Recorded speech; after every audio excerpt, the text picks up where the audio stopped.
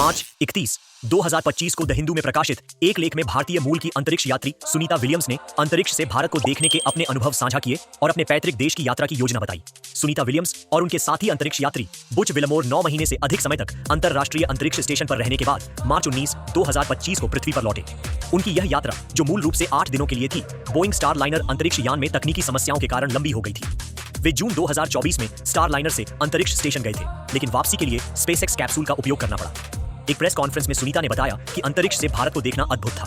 उन्होंने हिमालय और पश्चिमी तट पर मछली पकड़ने वाली नौकाओं को देखा, जिससे भारत उनके लिए घर से दूर एक घर जैसा लगा। सुनीता ने कहा कि बूच विलमोर ने हिमालय की शानदार तस्वीरें खींची, जो हर बार वहां से गुजरते समय ली गई। सुनीता, जिनके पिता दीपक पांड्या गुजरात से थे, ने भारत को अपने पिता का देश कहकर अपनी गहरी भावनात्मक लगाव व्यक्त की। उनके पिता एक भारतीय अमेरिकी न्यूरो एनाटोमिस्ट थे, जबकि उनकी मां उर्सुलिन बोनी पांड्या स्लोवेन अमेरिकी थी।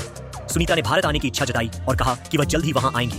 उनकी फैमिली ने उनकी वापसी पर समोसा पार्टी की बात भी कही। प्रेस कॉन्फ्रेंस में बुच विलमोर ने मजाक में पूछा कि क्या सुनीता उन्हें भारत ले जाएंगी, जिस पर सुनीता ने उत्साह से कहा बिल्कुल, और हंसते हुए जोड़ा कि उन्हें मसालेदार भारतीय खाने के लिए तैयार रहना होगा। उन्होंने कहा कि विलमोर शायद थोड़ा अलग दिखेंगे, लेकिन उनका स्वागत होगा।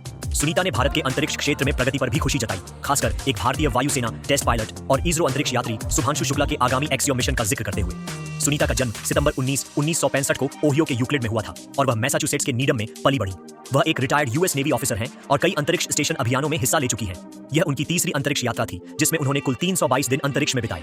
सुनीता ने पहले भी भारत का दौरा किया है, जिसमें 2007 में अमेरिकन एम्बेसी स्कूल की यात्रा शामिल है।